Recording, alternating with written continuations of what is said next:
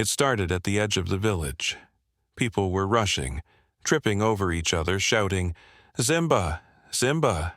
which meant lion in Swahili. Men dropped tools, women grabbed their children, and the ground itself felt like it shook with the weight of panic. The villagers ran in every direction, chaos tearing apart what had just been peace. Pots clattered, goats bleated wildly, and children sobbed as their mothers pulled them behind walls and into huts. And then he appeared. The lion. It wasn't just any lion. This one was massive, old, and clearly angry.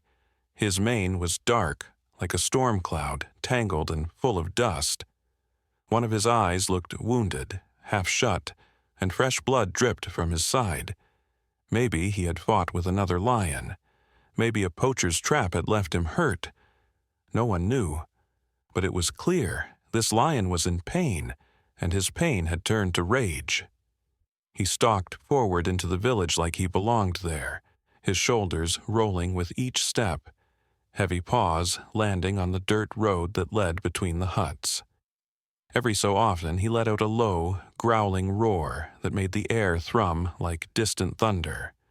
The villagers could see the madness in his eyes. This wasn't just a lion wandering off course. This was a lion ready to tear through anything. And that's when the man stepped out. Not from fear, not by accident. He walked out slowly, deliberately, like he had made a decision no one else could understand. His name was Kamau. Everyone knew him, but no one really knew him. He was quiet. Lived alone on the edge of the village. Worked with animals sometimes, but mostly kept to himself. Some said he used to be a soldier. Others whispered he was cursed, but on that day none of that mattered. All that mattered was that, while the entire village ran and hid from the raging lion, Kamau walked straight toward it. "Kamau," someone hissed from behind a hut. "What are you doing?" But Kamau didn't answer. His eyes were fixed on the lion, and his hands were empty. No gun, no spear, just a man and a lion, staring at each other in the middle of a ghosted village. The lion growled again, louder this time. His teeth flashed white and sharp beneath his curled lip. He lowered his head slightly, muscles tightening like a spring. One wrong move, and Kamau would be nothing more than a name in a village tale.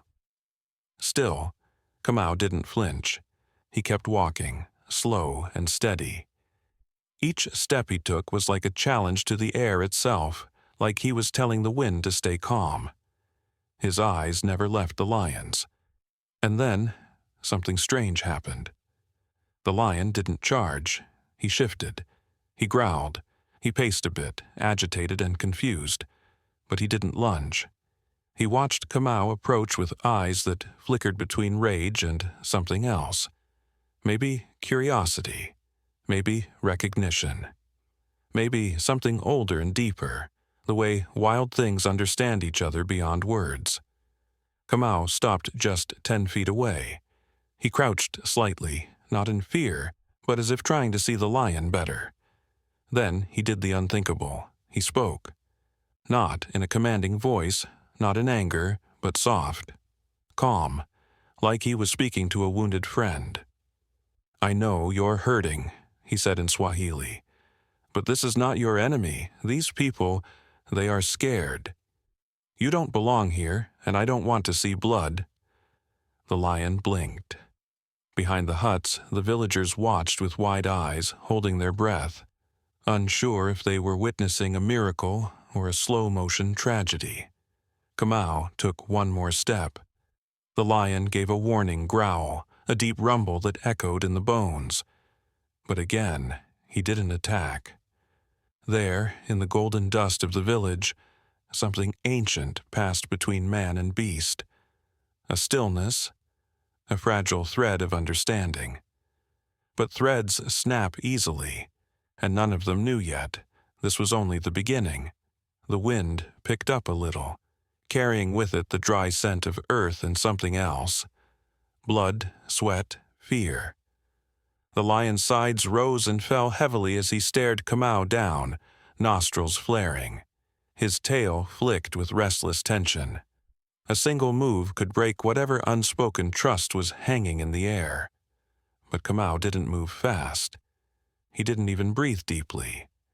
He just kept his hands open, palms slightly turned, as if offering peace.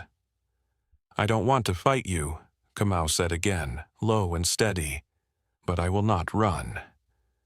The lion didn't understand the words, but maybe he understood the tone, or maybe it was something else. Maybe it was the fact that Kamau wasn't like the others. He didn't reek of panic. He didn't scream or throw things or run like prey. He stood like something the lion hadn't seen in a long time, an equal. Behind Kamau, the village held still as if frozen in place. Mothers clutched their children tightly. The chief, a broad-shouldered man named Mzi Barasa, peeked out from the safety of the largest hut, mouth slightly open, sweat pouring down his temple. "This is madness," Mzi whispered to the elders huddled beside him. The lion should have killed him already. But he hadn't. Kamau took another step. This time, the lion growled louder, stepping forward too. A tense moment followed, the gap between them narrowing. Kamau could see the gash on the lion's side now, deep, still bleeding. Infection setting in, judging by the swelling. Whatever caused it had hurt badly, and it explained the lion's rage. "You're in pain," Kamau said softly, more to himself than anyone else. "That's why you've come here. You don't know where to go. You're afraid, too." It sounded crazy, talking to a lion like this, but to Kamau it made perfect sense. Because he knew pain, he had seen what it turned people into.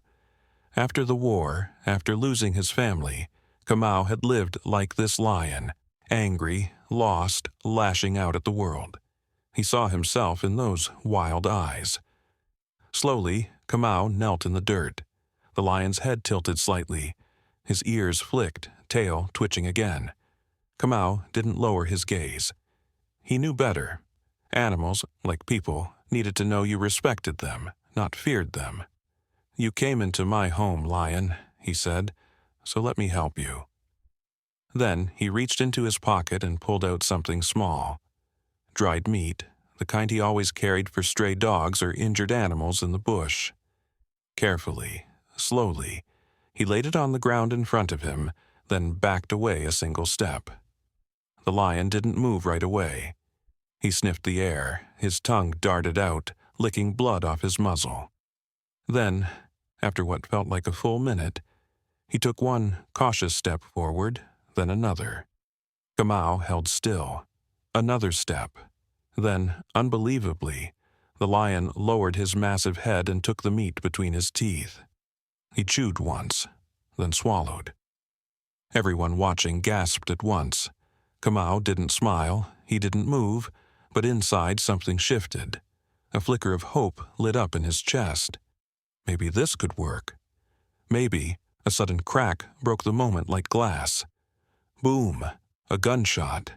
From the far edge of the village, the lion jerked his head up, eyes wild. He let out a roar that shook the sky itself, spinning toward the sound. Dust flew up. Kamau jumped to his feet. "No!" he shouted. From behind a hut, a man named Otieno, a young farmer, barely more than a boy, had fired his father's old hunting rifle. He stood frozen now, shaking, the gun still raised. But he hadn't hit the lion. The shot had gone wide. The lion didn't care. He turned, eyes blazing, and bolted, not away but deeper into the village. Screams rose again. Doors slammed, pots shattered. Kamau ran after him. The moment of peace was gone, torn apart by fear and the sound of a single bullet.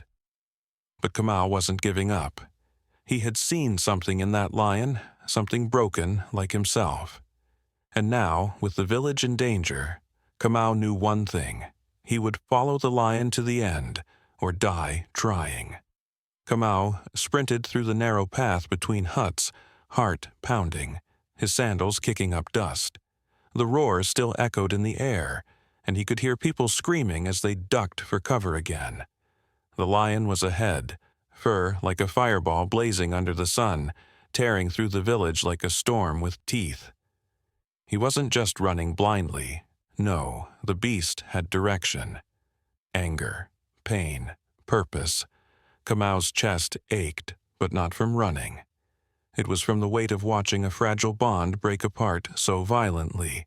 One shot, that's all it took to undo everything. "Damn it, Otieno," he muttered, breathless. He reached the market square, the center of the village, just in time to see the lion slash at a makeshift stall. Bananas and mangoes spilled everywhere, baskets torn apart. People had fled in every direction, leaving behind the mess of their lives, scattered like leaves before a storm. Then he saw him. Musa, the little boy who always followed Kamau around whenever he came to the village. He was standing, frozen, near a broken cart, eyes wide, a small wooden toy still clutched in his hand. Everyone else had run, everyone except him. The lion saw him too. "No!" Kamau's voice tore out like thunder, but the lion was already moving. Kamau didn't think. He ran, faster than he ever had in his life, legs burning. The world blurred, but Musa was clear, standing there like a statue, as if too shocked to understand what death looked like when it had fur and fangs. Kamau dove. He hit the ground hard, arms wrapping around Musa, pulling the child into his chest just as the lion pounced. But the attack never landed. It stopped. Kamau opened his eyes to find the lion looming just feet away, panting hard, claws dug into the dirt. His eyes locked onto Kamau's. For a moment, just a second, they were back in that silent stare, the same as before. That same thread, frayed and stretched thin, but still there. Kamau slowly stood, still shielding Musa behind him. "Don't," he whispered. "You don't want this. You're not a killer." The lion growled again, but it wasn't the same. It sounded confused, guttural, more pain than anger. His whole body was shaking now. The blood from his wound had soaked deep into his side. It was getting worse. Kamau could see it. The beast was running on rage and fumes, and then, with a sharp, heavy breath, the lion staggered back. He didn't run, he didn't charge. He turned and limped away. Kamau stood frozen, watching as the lion dragged himself past the village well and toward the far hills. Not one villager dared follow. Behind him, Musa sniffled. Kamau knelt and checked the boy quickly, brushing off his shoulders and touching his face. "You're all right," Kamau whispered, his voice shaking more than he liked. "You're safe now." He picked Musa up and turned to the villagers who were slowly stepping out from behind walls and doors, eyes wide, mouths hanging open. No one said a word, not at first. Then Mzee Barasa spoke. Why didn't it attack?" Kamau didn't answer, not because he didn't know, but because the truth was too strange, too wild, too real. Instead, he looked back at the hills. That lion wasn't finished. He could feel it in his bones. Wounded beasts didn't just walk off to die quietly. And if he didn't do something soon, that lion would come back. Maybe not to the village, but somewhere else. Another place. Another innocent child in the wrong place at the wrong time. Kamau stood up straighter. "I need supplies," he said. "Medicine, rope, meat, a blade." "Why?" Mzee asked, eyebrows furrowed. Kamau didn't blink. "Because I'm going after him." The villagers stared like he'd lost his mind. "You want to track a wounded lion?" Otieno finally shouted, voice tight. "That thing almost killed you. It could have killed Musa." Kamau turned to him. "And it didn't." That shut Otieno up.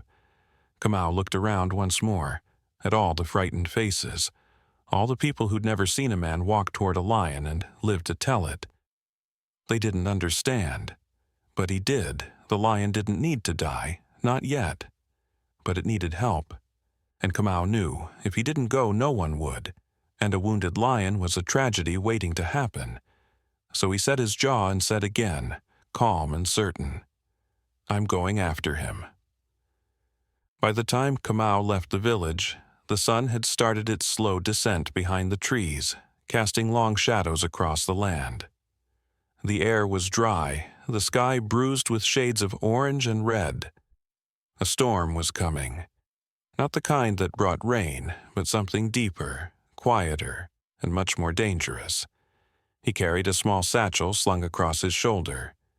Inside, a clean cloth, some herbs for infection, strips of smoked meat, and a curved blade wrapped in leather. A length of rope hung from his waist. It wasn't much, but it was all he needed, all he could carry. The village had given what they could, but Kamau had noticed the way they looked at him, like he was walking into his own funeral. Whispers followed him like shadows. Words like madman, suicidal, and cursed danced on tongues too afraid to speak them aloud. But he ignored it. He wasn't doing this to be a hero. He was doing it because the lion wasn't just a threat. It was a message. Something was wrong, in the land, in the world, in the very air they breathed. Lions didn't just storm into villages unless they had nowhere else to go. He followed the tracks with ease. The lion was hurt, so the prints were deep, uneven. Blood dotted the path like a trail of sorrow leading into the bush. Kamau moved with silent steps, his eyes sharp, his ears tuned to every rustle of the grass and chirp of a disturbed bird. He wasn't afraid, not really. He'd known fear before, in war, in the quiet moments after loss. This was different. This was purpose. The trail led him into thicker brush, where thorns snagged at his clothes and the air grew heavier. Mosquitoes buzzed hungrily. Distant cries of hyenas echoed through the trees. Somewhere, an owl called out. But even that sound felt wrong. Uneasy. Then he found the clearing. A small hollow near the base of a rocky hill. The grass was flattened, the earth stained. A few vultures circled overhead, low and slow, as if waiting. Kamau stepped forward, eyes scanning everything. And there he was. The lion. Lying on his side, chest rising with shallow breaths, blood thick around his wound. He looked smaller now, collapsed and still. But even in weakness he was majestic. His mane was matted, and his ribs were beginning to show. Kamau stopped a few paces away and crouched. He didn't speak, not yet. He just sat there, letting the lion feel his presence, smell him, understand him. Minutes passed, then the lion stirred, lifting his head just slightly, eyes meeting Kamau's.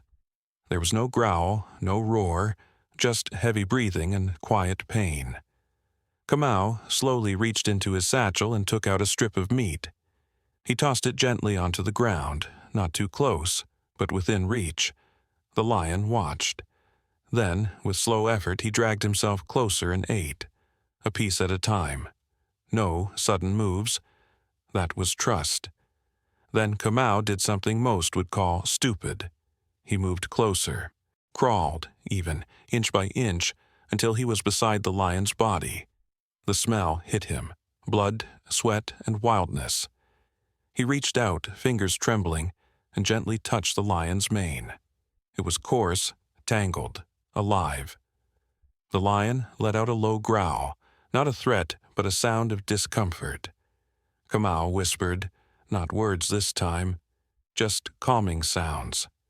Sounds a mother might use to soothe a crying child.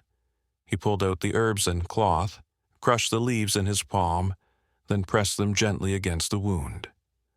The lion flinched but didn't strike. Kamau cleaned the gash as best he could, hands moving with the care of someone tending to an old friend. As the sky darkened, Kamau sat beside the beast, his back against a tree, blade resting across his lap. He didn't sleep. He didn't dare. He just watched the stars creep in, the moon rise slow, and the lion breathe. Tomorrow they would have to move.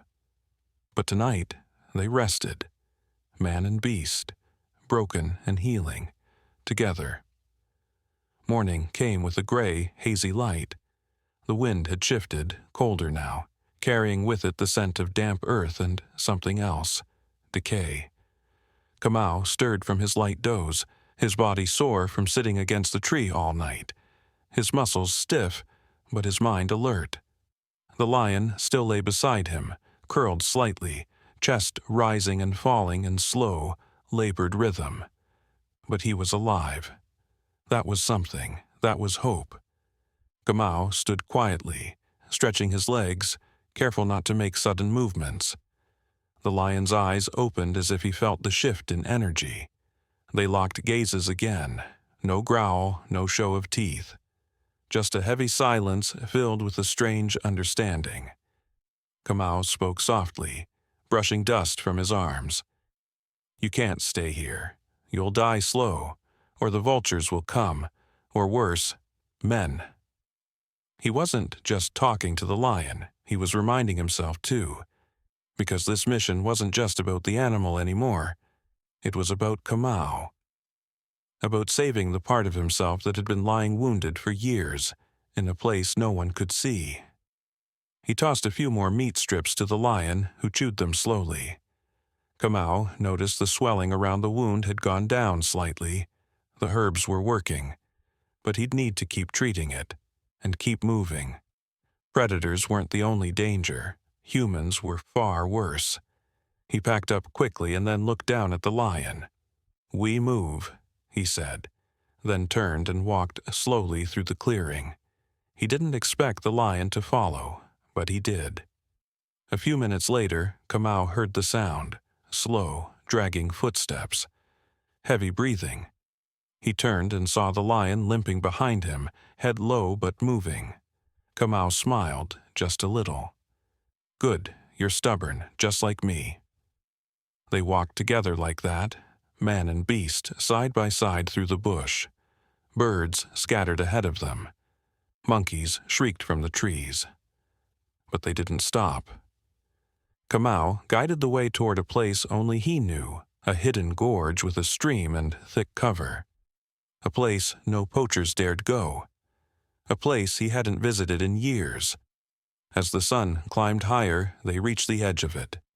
A narrow path led down between two sharp hills, where the trees grew dense and the rocks made natural walls. It was safer here, quieter. Kamau led the lion down slowly, carefully. At one point the beast stumbled, and Kamau reached out instinctively to steady him, pressing a hand to the thick mane. The lion let him.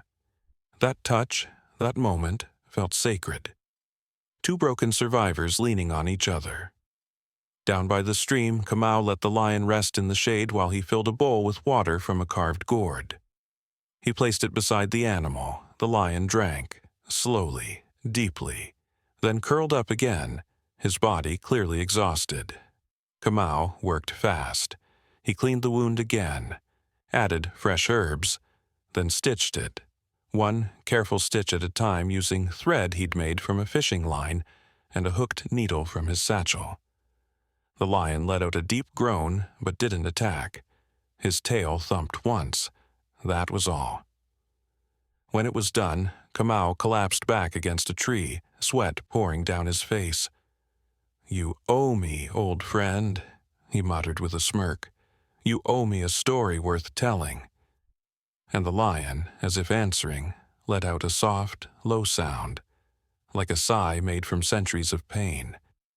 They stayed in that gorge for 2 days. Kamau hunted small game and roasted it over a fire. The lion rested, ate, drank, and began to regain strength. Bit by bit, day by day.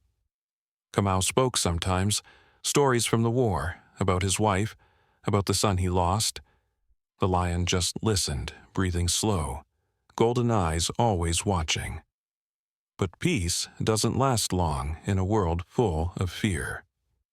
On the morning of the third day, Kamau woke to the sound of rustling leaves and voices, men, poachers.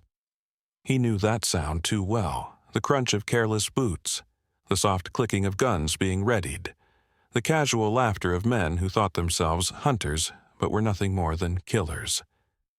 Kamau's heart dropped.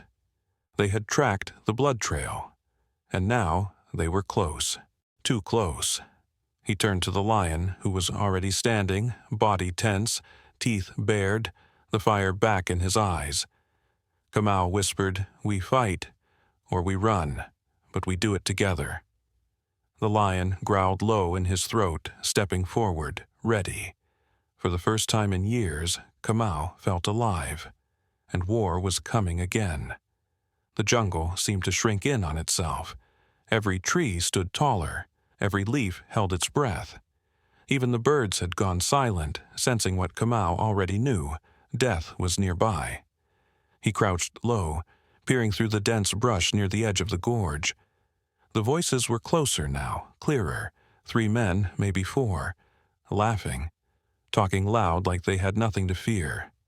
That's how poachers always sounded. Confident, arrogant. They didn't believe anything could touch them. Not animal, not law, not consequence. Kamau's fingers gripped the hilt of his blade.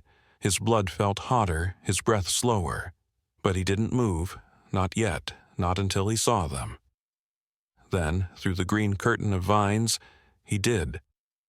The first was tall, light-skinned, European maybe, wearing a camo vest too clean to belong in real wilderness.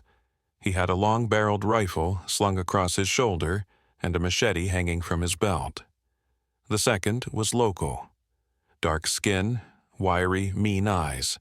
The third trailed behind, carrying a bulky black case. The fourth, a younger one, maybe just a driver or scout, had binoculars and kept checking behind them like he was already spooked. They stopped barely 20 yards from Kamau's hidden spot.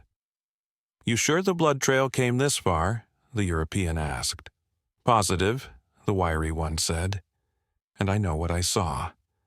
That lion was huge, scarred, injured. If he dies, we lose the skin. We catch him alive, we get paid triple."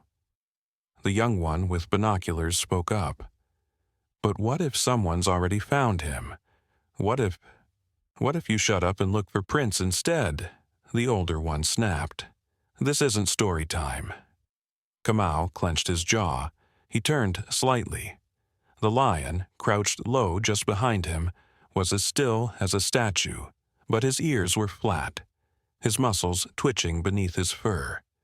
He could smell them, hear their filthy laughter. Their scent was wrong, blood and smoke and oil, the kind of men who made nature bleed and never looked back. Kamau leaned closer to him and whispered, "We don't have time to run." The lion's tail flicked once. Kamau took a deep breath and stepped out of the brush. Just like that. "Looking for someone?" he called, voice calm but loud enough to carry. The poachers spun around, startled. The wiry man raised his gun halfway, but the European stopped him with a sharp hand. "Well, look what we've got here." Kamau walked out into the open, blade still sheathed, palms slightly raised. "I suggest you turn back," he said. "What you're hunting doesn't belong to you." "Really?" The European smirked. "And you're what, his bodyguard?" Kamau smiled faintly. "Something like that." The wiry man stepped forward. "Where's the lion?" Kamau didn't answer. He just looked over his shoulder. And the lion emerged. Silent as shadow, powerful. He walked like a king returning to a stolen throne, step by step until he stood beside Kamau, tail low, head even lower, but eyes blazing. The poachers froze. "What the hell?" the young one gasped. The wiry man took a step back. "That's him. That's the one." "He should be dead," the third muttered. The European didn't move. "He's not." Then Kamau said quietly, "Last warning. Leave now." The silence cracked like lightning. The wiry man raised his gun. Not a chance. And the lion pounced. He didn't roar, he didn't growl, he just moved, fast, brutal, perfect. The wiry man screamed once, just once, before the lion's weight hit him and dragged him down, jaws locking around his shoulder, gun flying from his hand. The others scattered. Kamau sprinted, ducking a wild swing from the machete-wielding man. He tackled the younger one, grabbing him by the shirt and slamming him into a tree. The boy dropped his binoculars and started sobbing. "I don't want to die," he stammered. "I didn't sign up for this." Kamau pushed him to the ground. "Then stay down." The European tried to aim his rifle, but Kamau moved faster than pain. He threw his blade like a spear, straight into the man's forearm. The rifle dropped with a clatter. Then the lion stood up, blood dripping from his mouth. Not dead, not broken, strong, terrifying. He didn't chase the rest, he just roared. A deep, thunderous roar that echoed across the jungle and into the bones of every coward who had ever thought themselves above nature. The remaining men ran, limping, screaming, gone. Kamau retrieved his blade and wiped it clean, breath heavy. The lion walked to him, brushing against his side with a low rumble. Kamau didn't flinch. He placed a hand on the beast's mane. "You protected me," he said quietly. "We're even now." The lion said nothing, but in his eyes something had changed. Not fear, not rage, respect. The jungle returned to its quiet rhythm after the chaos faded. The leaves rustled softly in the breeze again. The birds, cautious at first, began to chirp. Somewhere in the distance a monkey barked a warning call, but it was faint, harmless.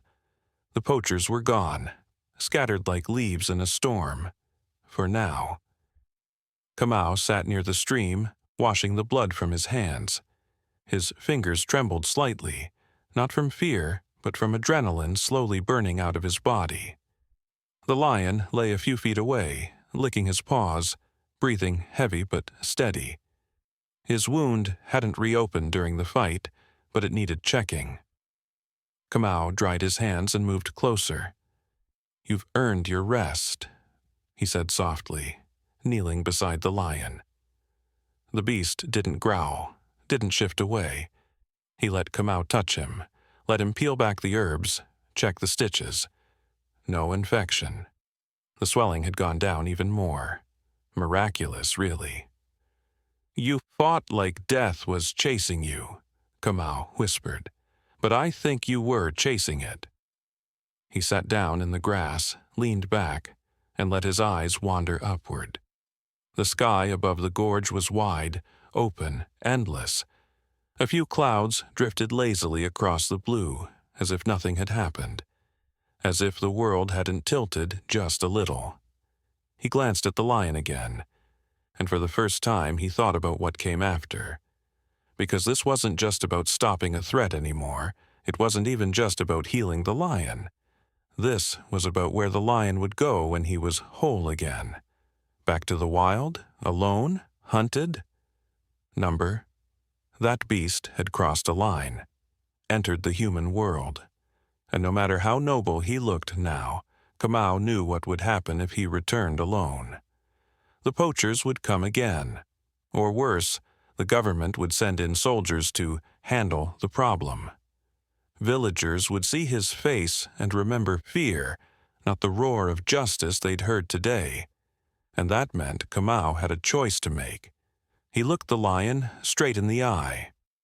"They'll never stop hunting you. You know that, don't you?" The lion blinked slowly. "You came to us because something pushed you out of your world, but now you're stuck between two places. Not beast, not pet, not wild, not tame." Kamau stood, pacing a little. "I know what that feels like, being caught in the middle, being seen as dangerous even when you're trying to heal." He remembered coming back from the war, the way people looked at him, like he was a walking reminder of something they didn't want to think about. The pity, the fear, the way friends avoided eye contact, the nightmares, the silence. He walked back to the lion and crouched again. "I don't have a family anymore. Not really. I lost that long ago, but I've got land.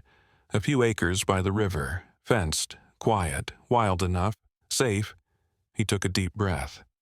"You could stay with me. Not as a prisoner, not as a pet, just until you're ready." The lion's ears twitched. His tail thumped once. Kamau didn't know what that meant, but it didn't feel like a no. "I can't promise it'll be easy," Kamau said. "People will talk. They'll call me crazy, but they already do." He gave a tired chuckle. "And if you ever want to leave, I won't stop you. But if you stay, maybe we can figure it out. Together." He stood again and looked around. The jungle felt different now, less like a threat, more like a story waiting to be told. A rustle behind them made Kamau reach for his blade. But it was just a group of baboons, curious, but keeping their distance, watching the man and the lion with wide, blinking eyes. Even nature didn't know what to make of them anymore.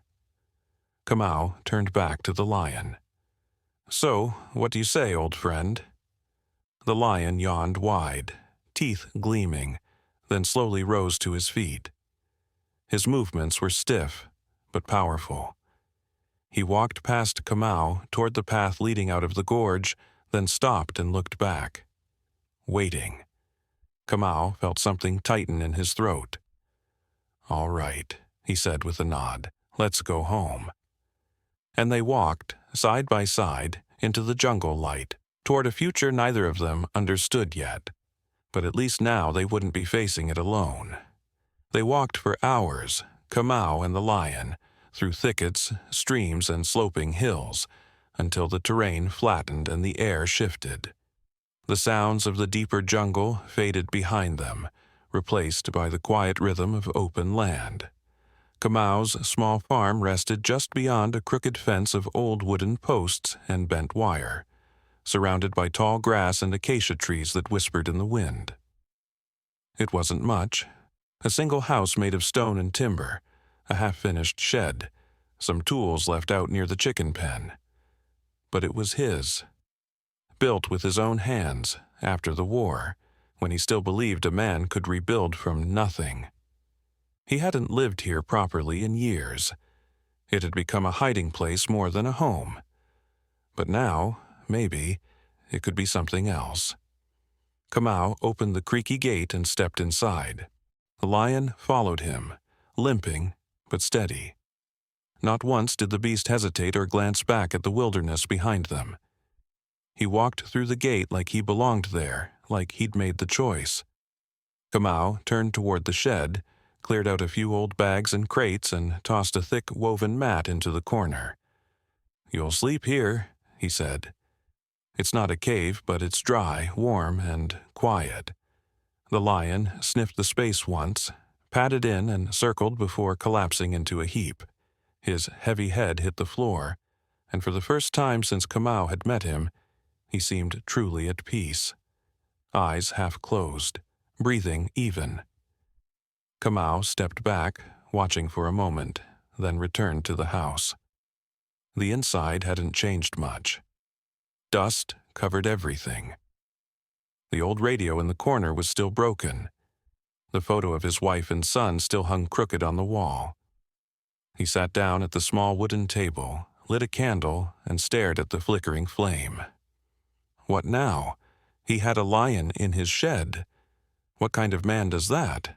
A broken one? A mad one? Or maybe a man who saw too much of himself in something wild and hurting? Kamau wasn't sure. That night he couldn't sleep. Every little sound outside made his body tense up. But it wasn't fear of the lion, it was fear of what might come next. Because word spreads fast in the bush. And he knew someone would talk. Sure enough, by morning they came. 3 men on motorcycles, dressed in village clothes but with the attitude of outsiders. One of them was Otieno, the same one who had fired the first shot, the same one whose bullet had started all of this. They didn't knock, just barged into the yard, loud and full of nerves. "Kamau," Otieno shouted. "Is it true? You brought that monster here?"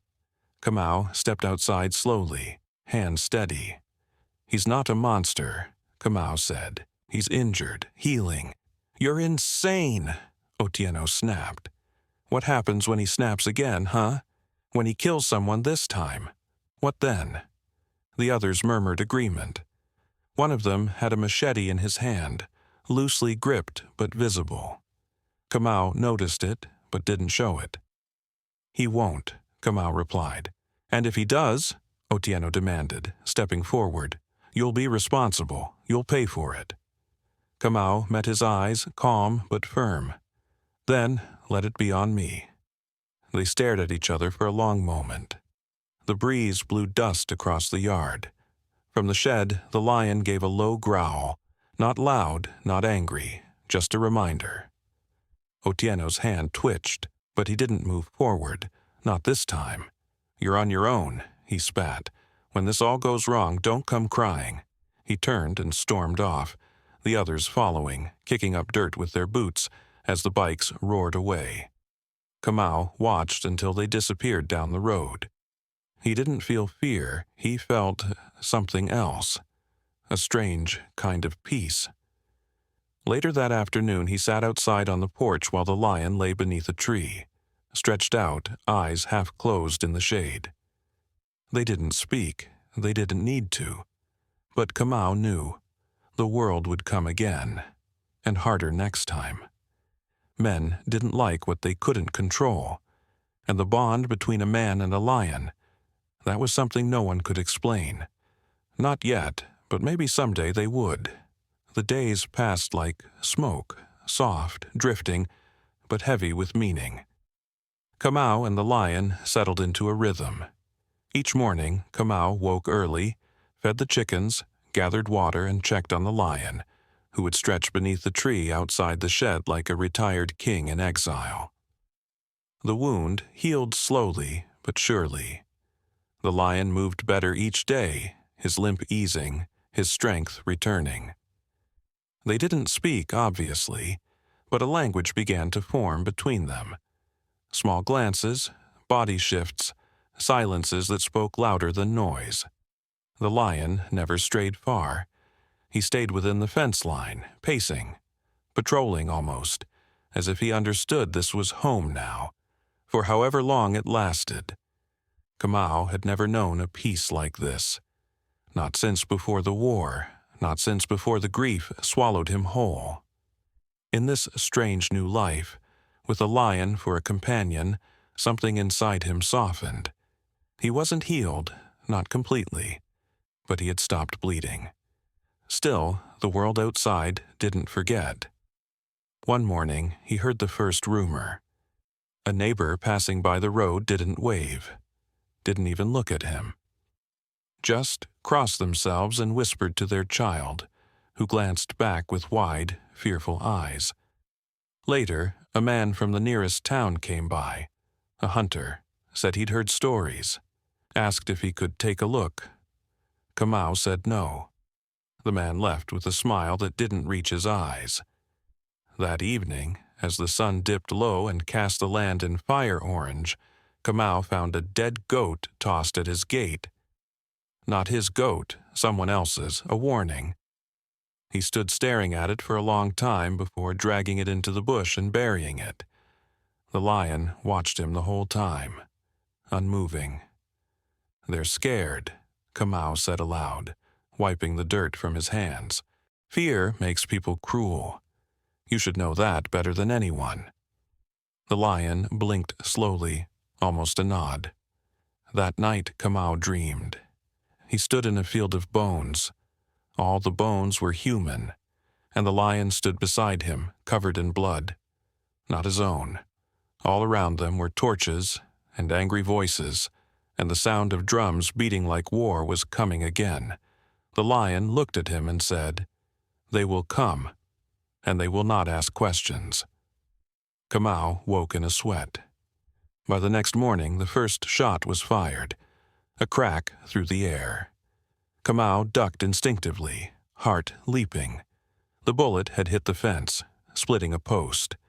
Splinters flew, chickens scattered in panic. The lion didn't flinch. He stood calmly, staring in the direction of the shot, almost expecting it. Kamau ran out into the field, shouting, "Who's there? Show yourself!" Nothing, but he knew they were watching, testing.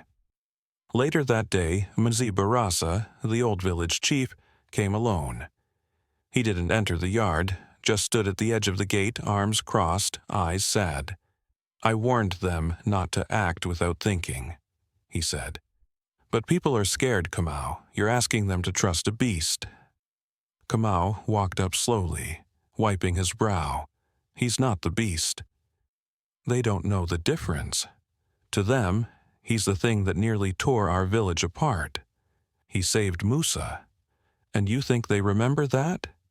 Kamau didn't answer. Barasa sighed, long and deep.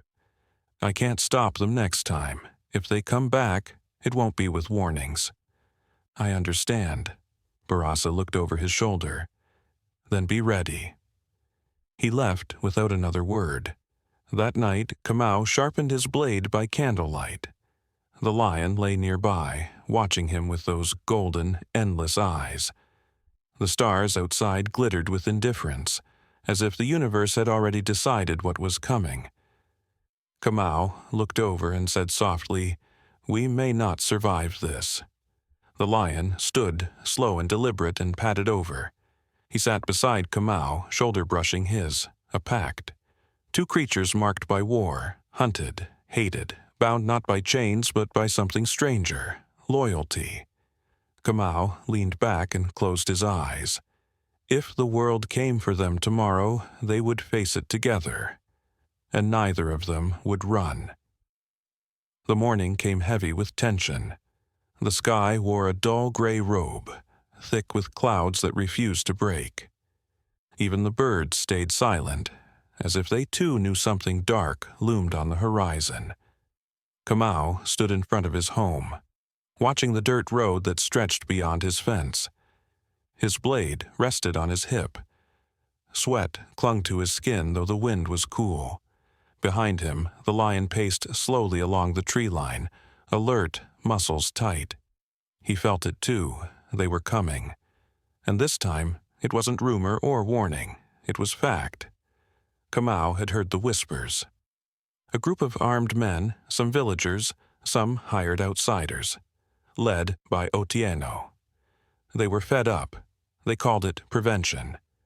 They said it was only a matter of time before the lion snapped, that Kamau was possessed, that this wasn't nature anymore, it was defiance.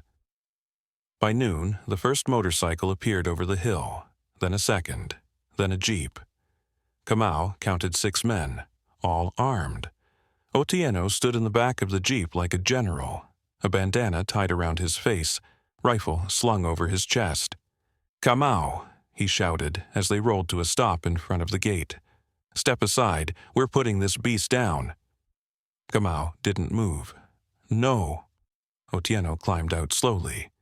"You don't get to say no anymore. He hasn't hurt anyone. Yet." Kamau's voice was calm. "If you do this, you'll turn this land into a graveyard." "You threatening me, madman?" "I'm warning you." Otieno signaled. 2 men started toward the gate with machetes. One had a rifle raised, trained on the trees behind Kamau. Then the lion stepped forward. No roar, no growl, just a presence. He moved with terrifying grace, stopping just behind Kamau, his eyes locked on the men. His mane rippled in the wind like a storm waiting for permission to strike. Otieno froze. The men hesitated. "I don't want blood," Kamau said softly. "But I won't stand by while you destroy something that never asked to be part of your fear." "You chose a beast over your people," Otieno hissed. "No," Kamau replied. "I chose what was right over what was easy." The lion snarled, quiet but deadly. One of the men dropped his machete. Otieno raised his rifle, but before he could aim, a shot rang out. Bang! Not from Otieno's gun, from the trees. The bullet hit the dirt inches from his feet. Everyone turned. Mzee Barasa stepped out from the trees, holding an old hunting rifle. Beside him, half the village stood, some with tools, others with nothing but their presence. Silent, watching, judging. "Enough," Barasa said. "This ends now." Otieno stared at him, stunned. "You're protecting them?" Barasa didn't blink. "I'm protecting us from becoming the very animals we fear." The jeep backed up slowly. Otieno stared at Kamau with fire in his eyes.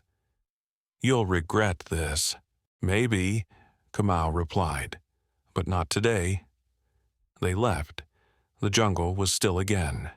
The villagers didn't speak at first. Some looked at Kamau with awe, some with uncertainty. But no one moved to harm him, no one touched the lion. They had seen something today, something different, something powerful.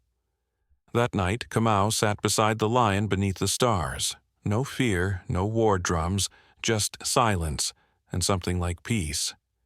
He looked at the beast and whispered, "They'll tell stories about you, you know." The lion closed his eyes as if he'd heard it all before. And maybe he had. Love powerful stories like this? Hit subscribe and turn on notifications so you never miss the next one. Join the journey, one epic tale at a time. Drop a comment if you felt the weight of Kamau's fight, or share if you believe not all wild things need to be feared. Some just need to be understood. More stories coming soon. Stay wild, stay human.